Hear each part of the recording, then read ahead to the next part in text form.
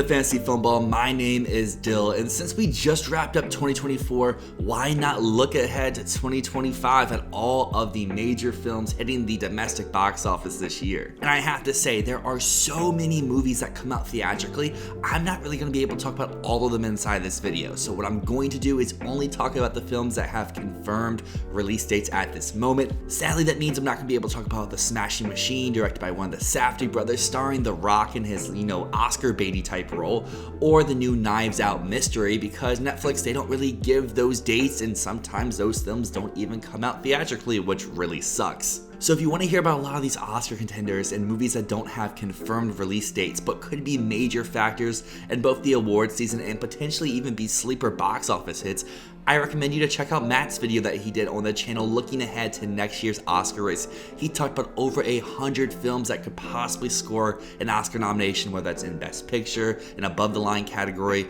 or a technical nomination. It's a great watch. It's linked right above me and also in the description down below. So basically what we're going to do is we're going to go month by month for the entire year of 2025, looking at the new releases each and every week. We're going to see which ones look like they could be major money makers, which films look like they're going to be mega morb and be massive disappointments, and also which films just look fun regardless of their box office prospects. So let's kick things off in January. So I have to say, I'm a little late getting into this video. Originally, I wanted to record this and have this up before the first weekend of new releases, which was January 10th, where we had Den of Thieves 2, which, The Beekeeper shocked us last January by bursting onto the scene, being this very fun and original action thriller.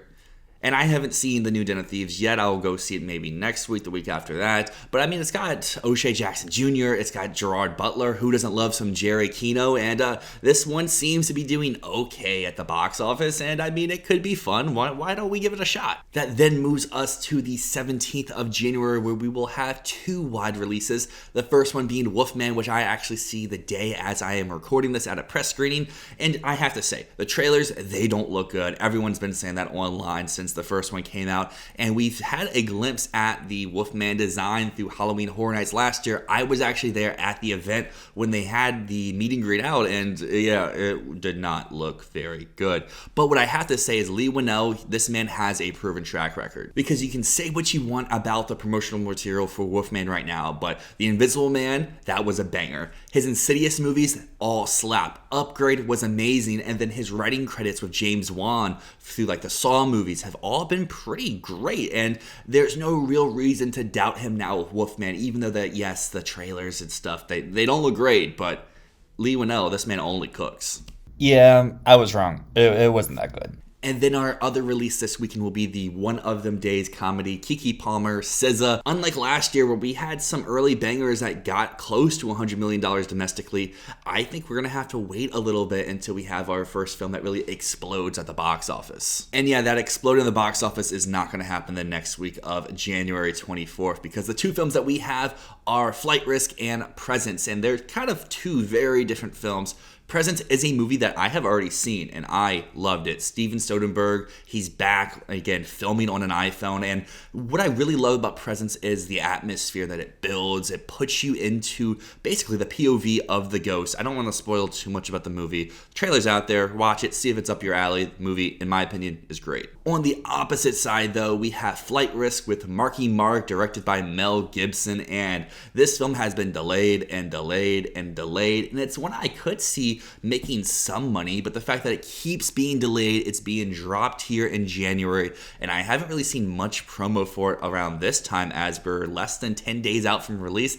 I'm not expecting great things from this. I don't even think it will be fun bad. I think this one is just going to be a stinker. And then to wrap up the month of January, the last week has two pretty big releases, you could say. The first one being the animated children's film Dogman, and hey, if Dogman's your stuff, go out and enjoy it. But the one I'm a little bit more interested in is the new Warner Brothers original film Companion, and this trailer is so compelling, it has me hooked. It's already released internationally, where it's gotten some pretty great buzz for it so far, and then it's starring Sophie Thatcher, fresh off of Heretic, and she's kind of finding her lane in this horror thriller type genre, but it also has Jack Quaid, and this man, he always gives himself to the performances. It's just, are the movies that great? But this is probably the one I am most looking forward to in the entire month of January.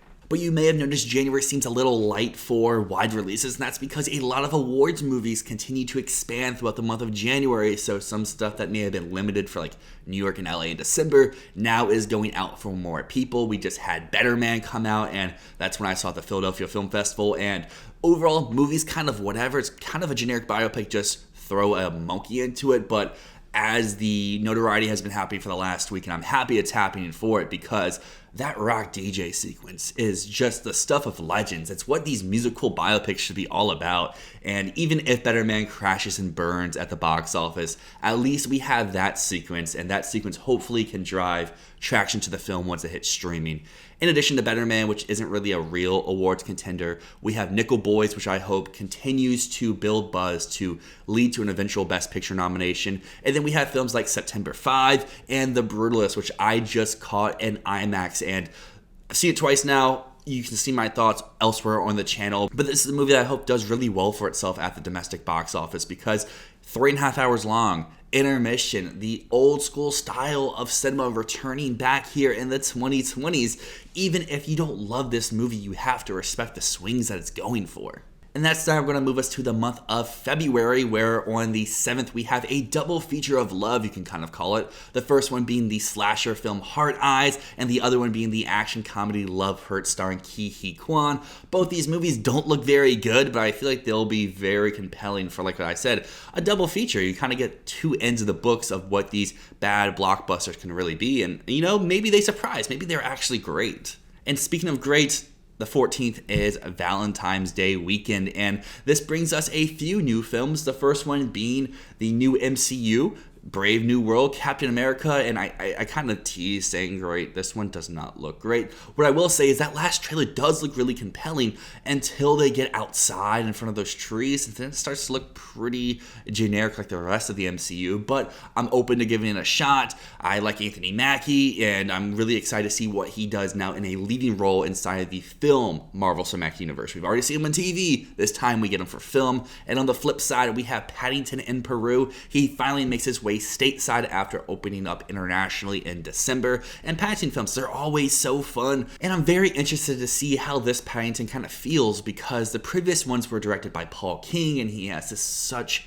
fun, whimsical presence that he brings to films like Wonka a few years ago, but this one he's not really attached to. So will Paddington still have its charm, or will it feel a little bit more generic than the last ones have felt? And then on February 21st, we have Osgood Perkins' follow-up to Longlegs, this one being The Monkey. We haven't really gotten much about this film so far. I felt like Longlegs had a little bit more buzz, had a little bit more stuff going for it at this moment, but hey, I really enjoyed Longlegs. I thought it was a great subversion of expectation, and I really dug the tone that he had there. So I am seated here for The Monkey to see how this one plays out.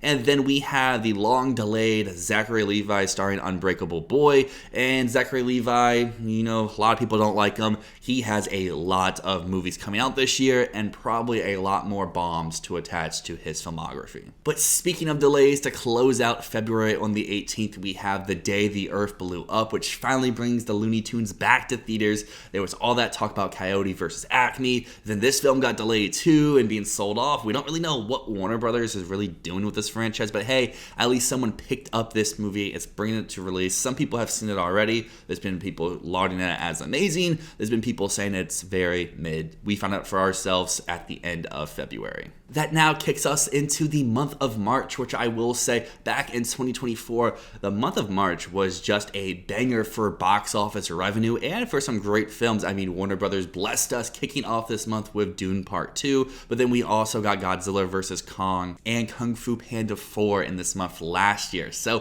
what does March really bring us this year? And Warner Brothers, they're back again, kicking off the month. Bong Joon-ho's long-awaited follow-up to Parasite finally hits domestic theaters with Mickey 17. This film has had like 6 or 7 date pushes, and I'm just happy that we're finally going to lay eyes on this because Bong is such a creative filmmaker. Robert Pattinson is one of my favorite working actors today, and I mean, he's doing another voice for this. In fact, he's playing 17 versions of the same character, so we're probably going to get a lot of fun different voices and caricatures from him, and I'm seated, I'm excited. Dolby, IMAX, however you can see this, go out to see it.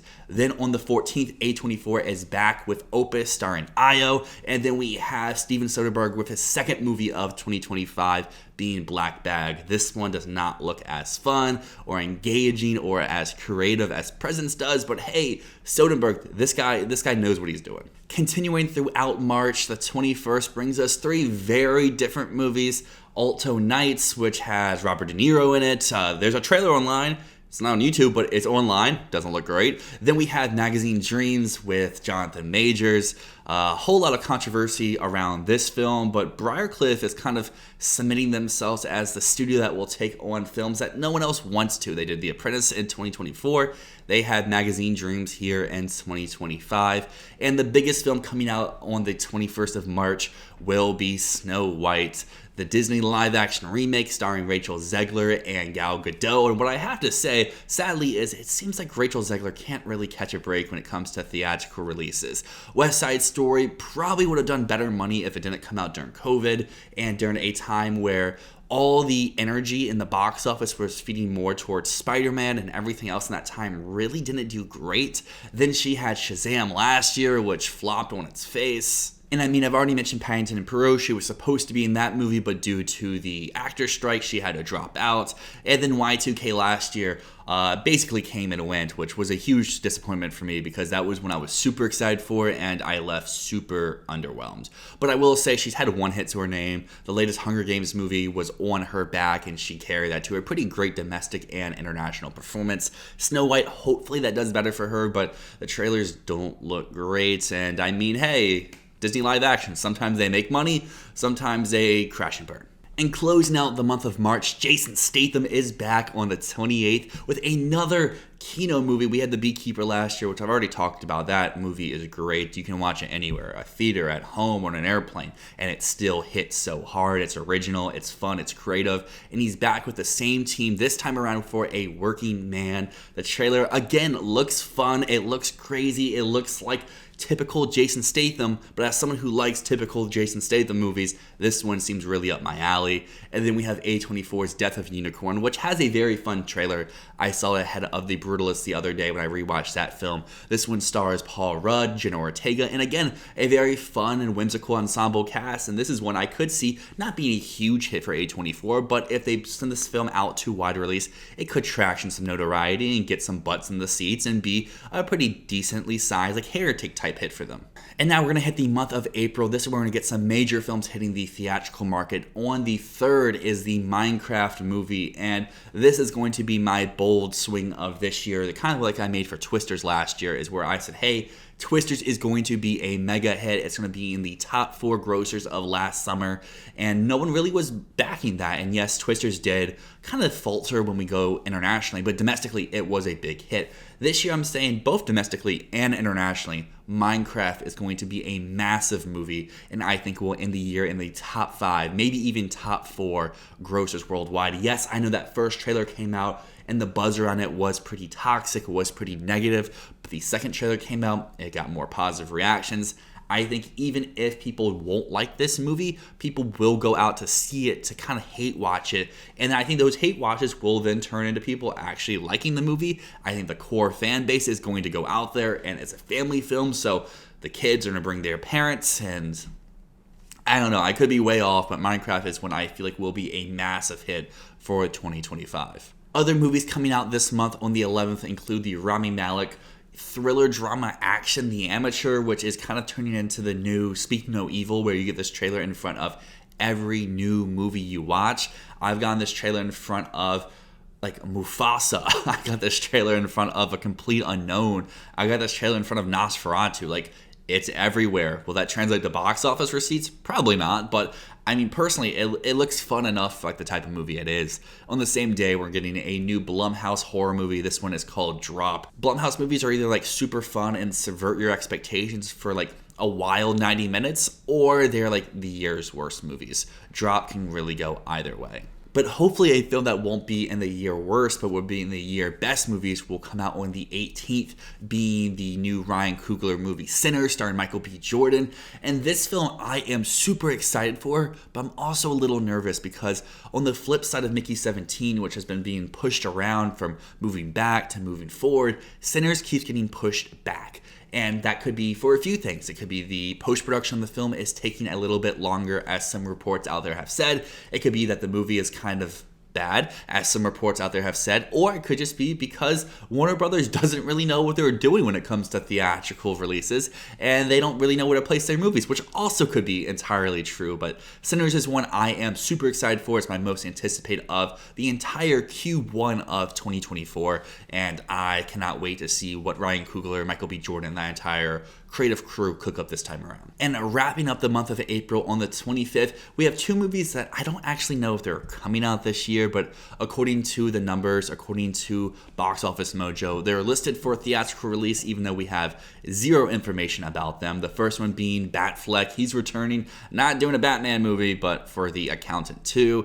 And then the Shazam director is back after the flop that was Fury of Gods. This time, hopefully, will be a more positive film because I like his films for the most part. This one is a thriller called Until Dawn. So now let's move on to the summer box office, which kicks off on the first weekend of May, where we have Marvel's Thunderbolts, which in my opinion is the most interesting Marvel product coming out next year. There's another one that comes out this summer that I know people are hyping up a little bit more, but Thunderbolts seems, at least from the trailer, very fun. But I will say, where is the buzz around this movie? That trailer really came and went. And yes, I know Brave New World is coming out first. That's getting the majority of the marketing push now, but I feel like I saw the Thunderbolts trailer once and I have not seen it again or seen anyone talk about it on social media. But I know someone who actually worked on this movie and did production design, and they said, in their opinion, this is one of the best Marvel movies to come out in the last few years. So I know that bar isn't very high, but fun cast, good insider word, and good trailer leads me to believe that this will be one I really enjoy.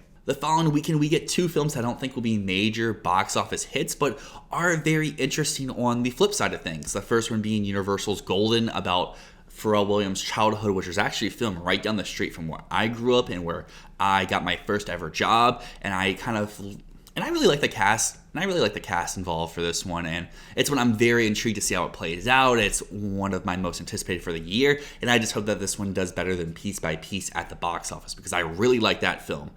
But I get why people didn't really show up for that one.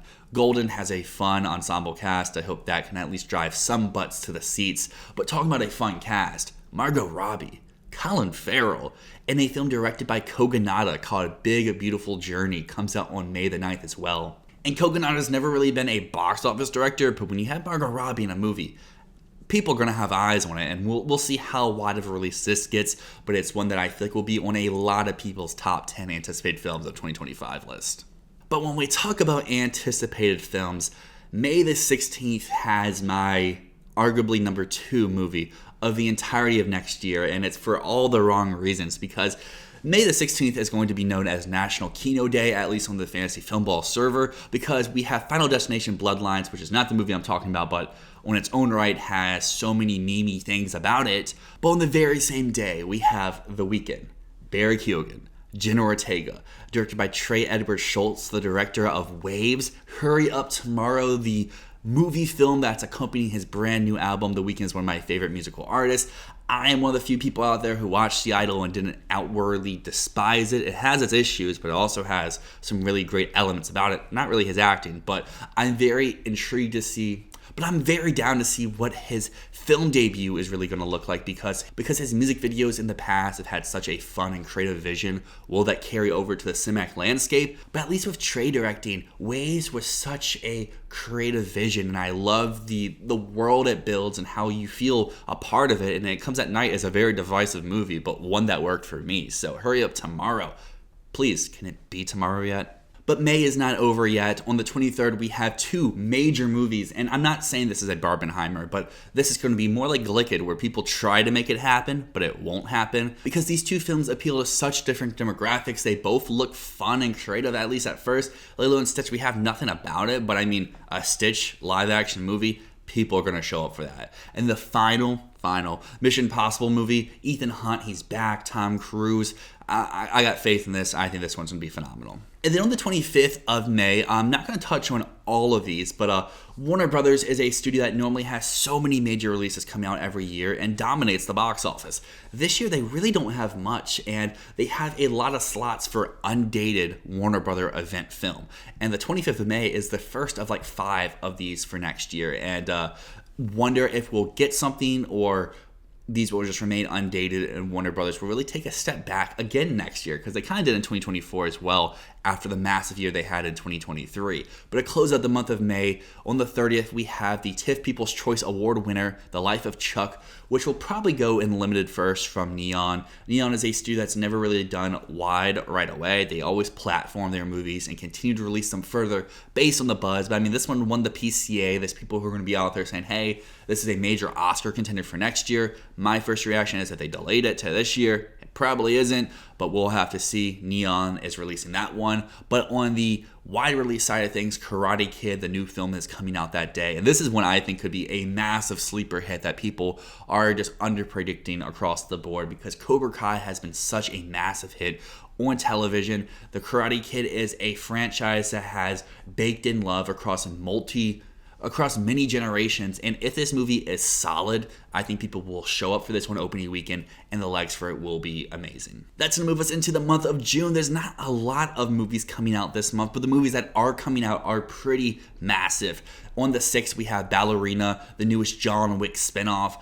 There's been some mixed reports about this movie at large. There was lots of reshoots, but I mean, Ana de Armas, she's one of my favorite actresses. I'm always down to see what she's doing. And I mean, John Wick movies, they really nail the aspect they go for. This one is completely different, so we'll have to see, does that same energy, does the same love and acclaim for this franchise continue with Keanu Reeves gone, or does it hold strong with a spinoff character?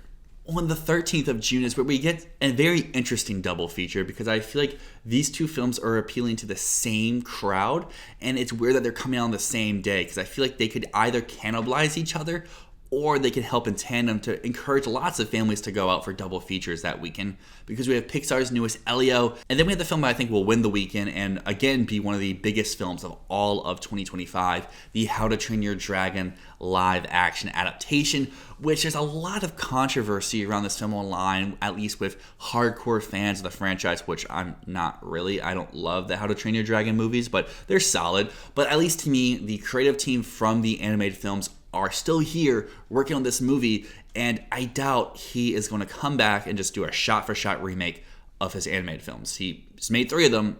Is he really going to do that for 3 more live-action ones? I feel like they're going to add some new elements, new storylines, and, you know, spice it up a little bit with moving out of the animated to the live-action realm. But both of these films, like I said, they're going against each other this weekend, and they both appeal more to the family demographic. What I could see How to Train Your Dragon just like dominate Elio on opening weekend, but Elio kind of performs like Elemental, and it just has solid legs. It opens pretty small, like even less than Elemental did, but its legs hold out pretty well, where it can eventually find its way to like 100, 120 domestic or something like that. On the 20th, though, we have 28 Years Later. The trailer for this is out. It looks amazing. This is a film that I feel like will have organic buzz building throughout the year, and I'm not saying this is going to be a massive $100 million opening, but this is one I could see being a sleeper hit and making a little bit more than people would expect for a film in this franchise. And closing out the month of June, on the 27th, we have 3 movies technically slated, but one of them does not look to be real, because we have a Sony Cinemax Spider-Verse movie. I mean, if they want to rush production El Muerto, let's get Bad Bunny back up in here, but to our knowledge, there is no film currently being filmed or in post-production, so this date is most likely Morb, not Morbius 2, sadly. But the other 2 films that come out on this day are 2 films that I think, again, will work together on the same weekend. We have Megan 2 and we have F1. These are 2 films for completely different demographics, but could work in tandem to help bolster the box office for that weekend. I did not love Megan 1, but Megan 1 has so many fans out there. This one should be doing something different. I'm excited to see a trailer, because I did not despise the first one. I just felt like it let me down on the potential that it could have had. Maybe they course correct, at least for me, on this new one. But F1 is one I am so amped for. Joseph Kosinski, he rolled with Top Gun Maverick. They have spent so many years filming this movie, capturing real footage from F1 races. Brad Pitt is in the movie. And I mean, hey, it looks fun. It looks energetic. Will it be an Oscar movie? Maybe, maybe not. But at minimum, I think this thing will rock in IMAX or in Dolby, or however you see this film. Even if it's in standard, I think this one will be a great theatrical experience. Now we move into the month of July, kicking things off on the 2nd. We have the newest installment of the Jurassic World series, and this one's bringing in Gareth Edwards to direct, and this is a guy who I think has been on such a hot streak. The Creator a few years ago is a film I really enjoy. I think his directorial prowess on that film really excelled. And then, I mean, he's done Godzilla in the past, he's done some monster movies, and now he's coming back to that here of Jurassic World, and I feel like he really can give us the best Jurassic World movie, and maybe the second best Jurassic Park movie overall, and the cast for this one looks really fun as well. But speaking of a fun cast, July 4th, 2025, we had the South Park guys teaming up with Kendrick Lamar for a musical comedy. There's not really much out there about this film so far, but I grew up on South Park. Kendrick Lamar is one of my favorite musicians, and I've really liked his acting roles that he's done so far. I feel like this is a match made in heaven, and this film will very much be for the people who it's for. But on the flip side, the people who this movie's not for will say it's like the worst thing of the year. After that, we have what some people are projecting to be the biggest film of the summer, Superman, on July 11th. And for me, I'm kind of two worlds here. DC has really tarnished its brand over the last few years, and there could be people who are a little bit reserved coming into this one, but you can say that the Batman overcame that and did amazing. But the Batman still only got to about 700, 800 worldwide. But again, the Batman was 3 hours. I highly doubt Superman is that long. But what I think Superman does have going for it is James Gunn. This guy has never missed. Even when you don't love his movies, they're still fun, they're still engaging, they still connect to audiences at large. And I really feel like it will come down to the buzz around Superman. If people think this is the savior of the DC universe, this film could soar and go to heights that people aren't really projecting at this moment. But if the film's kind of mid and it has the toxic buzz that DC has had with almost every release for the last 5-6 years, this one could kind of fizzle out pretty quickly into its release. On the 18th, though, we have a Smurfs remake, and we also have a remake of I Know What You Did Last Summer. Two films that could do great, could come and go, and it's like no one even noticed. And to close out the month of July, we have another superhero movie, this one being from the MCU, Fantastic Four, and this is one that I find very compelling. And yes, it could explode like Deadpool and Wolverine, but there's also a chance that these are brand new characters in the MCU. It's the first time we're seeing them on film in this franchise. It may take a little bit for them to really garner a billion-dollar film, but I still think this one's floor is like 700, 800 million worldwide. I don't see a world where this completely bombs like Ant-Man, Quantumania, or anything like that. We now move into the month of August, and to close out the summer box office season, to kick off the month, we had The Bad Guys 2. The first one was a sleeper hit and a very good movie. The trailer for this one looks fun. I'm expecting this one to increase on that. The first one did $100 domestically. I could see this one doing $150 to $175 domestically. And then we have Liam Neeson's Naked Gun remake, which on paper, this thing sounds like an absolute hit. It sounds like a great time. It's just really like, does Liam Neeson still have traction in Hollywood? Do people care about Naked Gun? And what is this film's reaction? If it's good, I think this one could, again, be a sleeper hit and hit like $100 million domestically. If it's bad, though, it kind of comes and goes around that $50, $75 million mark. Then on the 8th of August, we have Paul Thomas Anderson's newest film, which technically is still on the schedule. I know there's some rumors out there saying that this film has been delayed to 2026, but until that is official from Warner Brothers, I am counting it for this year. I mean, it's got Leonardo DiCaprio, it's got a very fun cast, Paul Thomas Anderson. This man's never had a budget like this. What type of crazy things is he going to cook up with all this money? I cannot wait for this movie. And then the same weekend, we have Freakier Friday, and all I have to say for this one is at least they're not going the Disney Plus route. They can make some money off of it, but I'm not very interested. And to close out the month of August, there's not really much on the schedule here, at least at this moment. We have Nobody 2. The first one did pretty well during the COVID pandemic recovery stage, where it came out as one of the first films when theaters did reopen. It didn't set the box office on fire, but it did pretty well. And then we also have a Chris Pratt detective movie called Mercy. There's not really much details out there about it right now, but Chris Pratt's in it. It's going to have eyes on it. Detective movie, that's kind of my stuff. I'm excited for this one. Now we move into the month of September, and to kick things off on the 5th, we always typically get a big horror franchise here. We've had It, we've had Beetlejuice, we've had The Nun, and this year we are getting another Conjuring movie. This one is supposedly the last one, so I could see this one doing some pretty big money, or maybe on the flip side, it's like The Nun 2, where it still does well because the budgets are so low, but because of the more mixed reactions of the last film, it kind of takes a step back. But I will say, the last Conjuring movie did come out during the pandemic year, so its money was also probably fizzled a little bit, and it still did pretty well for itself. So this one I could see doing even better than that. The following weekend on the 12th, we have Downton Abbey 3. Downton Abbey 1, massive hit. The second one, no one cares. The third one, probably no one cares. But to close out the month on the 26th, maybe we get Saw. It's on the schedule. It was delayed from last year to this year, but to my knowledge, they haven't even started production on that. And I know Saw movies move very fast, but we're almost to the middle point of January now, so I'll give them about 8 months to film, post-production, edit, and release the movie. That just seems a little too quick to me. But on the flip side, that our horror taste will be craved because we have The Bride, which is potentially a musical coming from Warner Brothers, and at least to me, that sounds super intriguing, super fun, super out there. This is Maggie Gyllenhaal's next directorial feature. It stars Jessie Buckley and Christian Bale. It's about the Bride of Frankenstein, and again, making this a musical, I feel like this thing could either hit really well or could be another Joker Folie à Deux, where it's just no one cares, and they're like, why are you making this a musical? And I don't think it will do as bad as Joker, but it might not do much at all. That will move us into the month of October, where we get another one of the candidates for the biggest movies of the entire year, the Michael Jackson biopic starring his nephew, directed by Antoine Fuqua, co-starring Coleman Domingo. There is so many positives about this movie, and yes, there's some controversy around Michael Jackson. I'm not really going to talk about that here. Do your own research. Some stuff has been proven.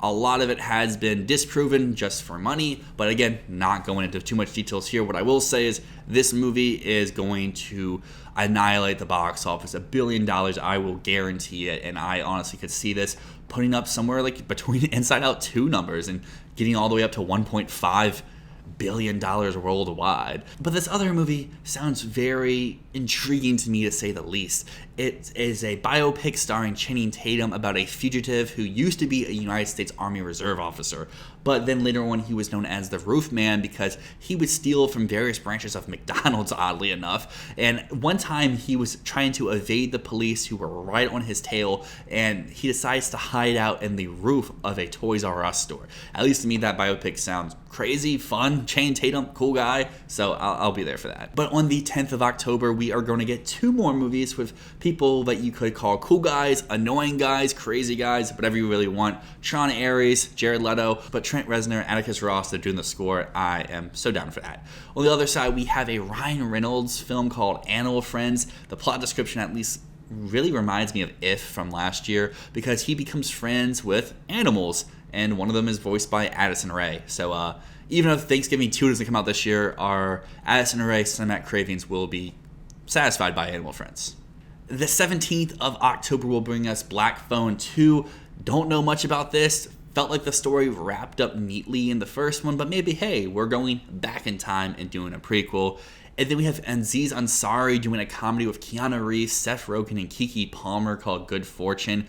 Aziz Ansari, he used to be on top of the world, did some bad stuff, and now he's back, I guess. And to close out the month of October, we have Mortal Kombat 2 on the 24th. And this one has been done for forever. I've seen so many test screenings out there in LA for this movie, and like I said, it's been 2 years. So to me, that means this movie's probably not good, but hey, we will get to judge for ourselves at the end of October.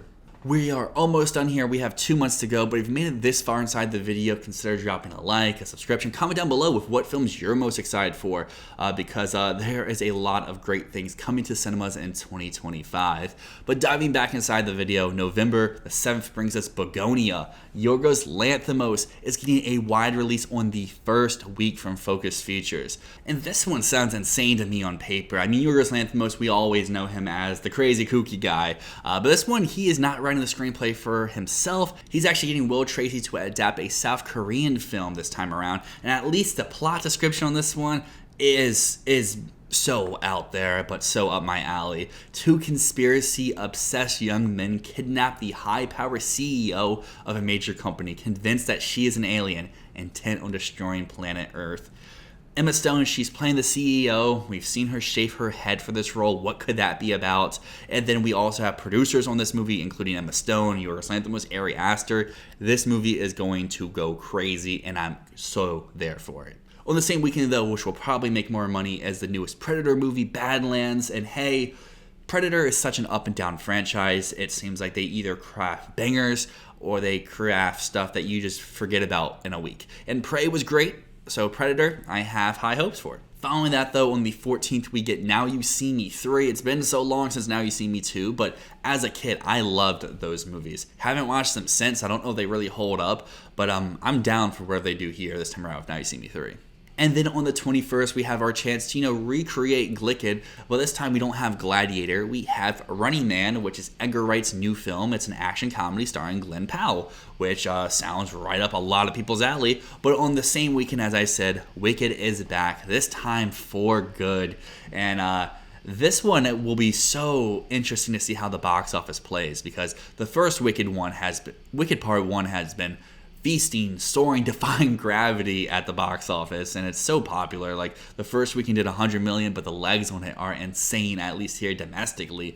And I kind of could see the second one, For Good, kind of being the inverse, where it opens even bigger, but the legs are a little bit weaker, because at least from watching the stage play, I've never been a huge fan of Wicked, but I love the movie, so I am an outlier here. But like, the second half of the play is not very good. All the best songs in the first half. The plot goes not in directions that you would really want to see it go, and it feels really messy, at least to me. So I am intrigued to see how John M. Chu adapts it here for the cinematic medium, because, like I said, I thought he knocked out the park for part 1, blew all my expectations out the water. And I mean, hey, John M. Chu, this guy's never missed. Step Up 2, banger. Justin Bieber documentary, outstanding. In the Heights, phenomenal. Crazy Rich Asians, absolute cinema. And Wicked Part 1, I mean, hey, maybe it should win Best Picture. But that will move us over to the Thanksgiving release of next year. We had Moana 2 this year, but Disney's back on another anime movie from the same year, actually, getting a sequel, and this one could honestly be even bigger, being Zootopia 2. Moana 2 recently just crossed $1 billion at the worldwide box office, and it hasn't had the greatest legs, but hey, it got to $1 billion. You can't fault that movie. It was going to go to streaming, and now look how much money it's made for the mouse. Zootopia 2 should do better. And now we have finally reached the last month of the year, the month of December. On the 5th, Five Nights at Freddy's 2. To me, this is a very weird release date for that movie, but hey, the first movie, super memey. I don't care what people say. It's not a good movie, but it's one of those that you can pop on, you can laugh at. I'm not even a huge fan of the franchise, but even being someone who just knows a little bit, I felt like it was so fan servicey that fans would probably eat it up, and general audiences at least can get something out of it. And the second one maybe can give us a little bit more.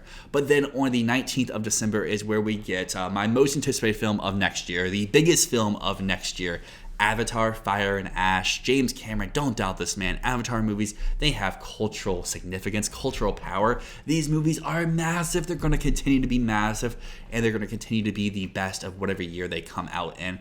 Fire and Ash seems like it's upping the stakes across the board. I mean, they filmed this movie like 7-8 years ago. Just the craft that goes in these movies, the technical aspects, the VFX, they all have to be pitch perfect for my man Jimbo, and he is going to do it here. Fire and Ash, it's going to dominate next year. But on the same weekend, SpongeBob Search for the SquarePants comes out, and SpongeBob movies, the first one is one of the best anime movies of all time. The rest of them are pretty dookie. I don't have high hopes for this one. And hey, I said I wasn't going to mention every untitled Warner Brothers film, but we do have another one for this week. Like I said, there's like 5 of them for next year. So maybe there is some surprise Warner Brothers movies drop, but most likely probably not. But on Christmas every year, we get so many major movies, and I don't think Christmas next year will be as cool as Christmas this year, because we had Nosferatu, A Complete Unknown, Baby Girl. Next year, we're getting an Anaconda remake with Paul Rudd and Jack Black. We're getting Housemaids, which is a Sydney Sweeney and Amanda Seyfried starring film. That one I know will set some of film Twitter people on fire with all their horny posting. We're going to get a Zachary Levi film, who seems to be getting so many Christmas holiday releases in years past that don't make money. But on the flip side, we have another Timmy movie, which is getting all these Christmas releases and making money. This one's called Marty Supreme. It's from A24. It sounds bonkers on paper. It's directed by the other Safdie brother, and this is one that my co-host Matt actually has winning Best Picture next year. So if you made this far in the video, you want to hear about even more 2025 releases, go check out his video, listen to the Oscar prospects for so many of the movies I mentioned above, as well as so many that I did not even have time to talk about today because they don't have official release dates yet. But I do not want to wrap up this video yet without giving you my official top 5 most anticipated films for 2025. So yes, this may be a little repetitive because I did mention all these films as we came up on them, but you know, I love my list, I love ranking things, and I want to give you 5 films. If you skipped it all the way to this part, these are them. Number 5 is Wicked for Good. For all the reasons I said above, I was a Wicked hater when it came to the Broadway stage adaptation, but John M. Chu is a director who I find to be a auteur and has such a creative vision to all the products that he brings. And at least Wicked Part 1 defied all my expectations and was such an amazing movie. It leaves you on a high. It is so creative with the ways it films these musical sequences. But yes, you can blame the backlighting and say that ruins the movie for you, but for me, that's one scene. The rest of the movie is beautiful, and I am so hyped for what he does for Good, because the stage part for that is not good to me. But this man has not missed, and I don't think he'll miss come next year. Number 4 is F1, and I don't really have many reasons to say why I am excited for this. We have one trailer which doesn't really give you much, but it gives you a sense of atmosphere. We see the cinematography choices, how they place you inside of these cars and give you the POV shots. And one thing that I haven't really talked about on this channel much is I grew up watching NASCAR a ton, and I was hooked. I loved it, and I mean, F1 is the closest thing we're ever going to get to a NASCAR movie. And Brad Pitt is a bad person in real life, but he is a good actor, so I'm anticipating what he's doing inside this movie. Joseph Kosinski is a guy who doesn't get the credit I think he deserves. I think he really has this action spectacle captured very well, and I'm excited. That's what this thing is for. I'm excited to see what he does in F1. But number 3, it's Begonia, Yorgos Lanthimos. But this guy, his last few movies have been my favorites of their respective year. Poor Things is my number 2. The Favorite was my number 1, and Begonia could be my number 1 or number 2 of next year. The cast is outstanding. Emma Stone, Jesse Plemons, Alicia Silverstone, and I'm sure there's been more added as well. I mean, I really enjoy his collaborations with Tony McNamara, and I know McNamara is not attached for this, but he's adapting something, and I feel like he can add really fun, crazy, whimsical stuff this time around. But then for number 2, this is where I'm going to get a lot of L's in the chat, people making fun of me on our Discord, but it's Michael. I am a massive Michael Jackson fan. Antoine Fuqua, he's hit or miss for me, but when he hits so hard. Training Day is one of my favorite movies of all time. The first Equalizer movie is really fun for what it is, and he has some other bangers throughout his catalog as well. And I mean, yes, am I expecting anything crazy or revolutionary for the musical biopic genre? No, but I'm expecting this to have everything that makes a musical biopic genre great to me, where it's going to have fun, creative visual sequences to showcase the music. It's going to give you a really outstanding lead performance. Coleman Domingo's in this, and I mean, he's one of my favorite actors in a supporting role, so I'm really looking forward to his performance. And yeah, I mean, like, Michael is not going to be anyone's favorite movie of next year. It's not going to be any critic's top pick, but Michael seems fun to me. I loved Elvis. Bohemian Rhapsody was fun, and I think this will fall in the same category as those. But for number one, it's no question if you are a returning viewer to this channel, James Cameron is the GOAT. Avatar is the best film franchise of all time. Fire and Ash comes out, and Fire and Ash will have my heart. But yeah, this was an hour of recording. I don't know how long this final video will be. The dog next door is going crazy, so he's telling me it's time to quit yapping, finish this video out. But I want to know, what are your most anticipated films of next year? That could be through box office, that could be through the film's quality, it could be through Oscar prospects. Let me know down below. But if you want to stay up to date with all awards news and film news in general, consider subscribing to the channel. But until next time, my name's Dyl. This has been Fantasy Filmball. Peace.